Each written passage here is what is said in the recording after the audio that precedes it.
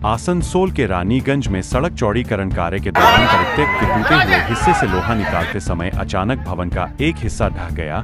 इसमें दबने से 2 की मौत हो गई। 2 शवों को निकाला गया। घटना को लेकर इलाके में अड़ा तफरी का माहौल है।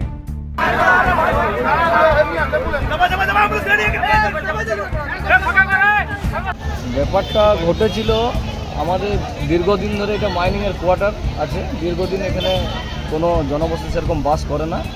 তো বর্ষার কারণে জিনিসটা অনেকটা আলগা হয়ে গিয়েছিল এবং এখানকার যারা দোকান করে তারা এখানে বসেছিল। হঠাৎ বাড়িটি বসে যাওয়ার ফলে এখনও আমাদের সঙ্গে সঙ্গে আমরা খবর পাই, পুলিশ প্রশাসনের কাছে খবর দিই আমরা।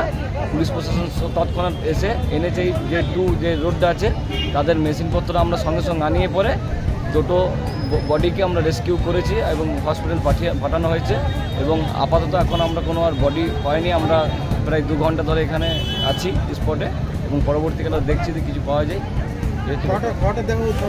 এখন অবধি 2টো দেহ উদ্ধার হয়েছে। আমাদের এইখানে দোকান করে ওনার বাবা।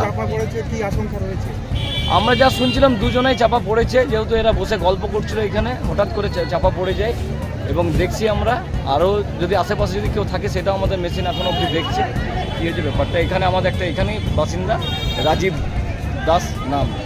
কোথায় হয়েছে স্যার এই ঘটনা হয়েছে প্রায় 2 ঘন্টা আগে। কোথায় হয়েছে এটা সাহেবগঞ্জ বাইপাস মোড়। যে 2 জন উদ্ধার করেছে নাম অ্যাড্রেস কিছু পাওয়া গেছে? তাদের নাম আমাদের পাওয়া গেছে। এখানে নাম হচ্ছে রাজীব দাস আর এখানে আরেকটি কী নাম আছে, কাঠগাদার বাসিন্দা, দেখে বলতে হবে কি নামটা আছে, গির্জাপাড়ায় কাঠগাদার বাড়ি। আর এটা সাহেবগঞ্জে এখানে দোকান করে তার বাবা দিলীপ দাস নাম। এখন কি ব্যবস্থা নেওয়া হবে? এখন আমরা আরও উচ্চ নেতৃত্বের সাথে কথা বলি এবং পুলিশ প্রশাসনের সাথে কথা বলি কীভাবে কি করা যায় এবং আগামী আবার তাদের ফ্যামিলিকে কী বলা যায় সেই হিসাবে আমরা দেখছি।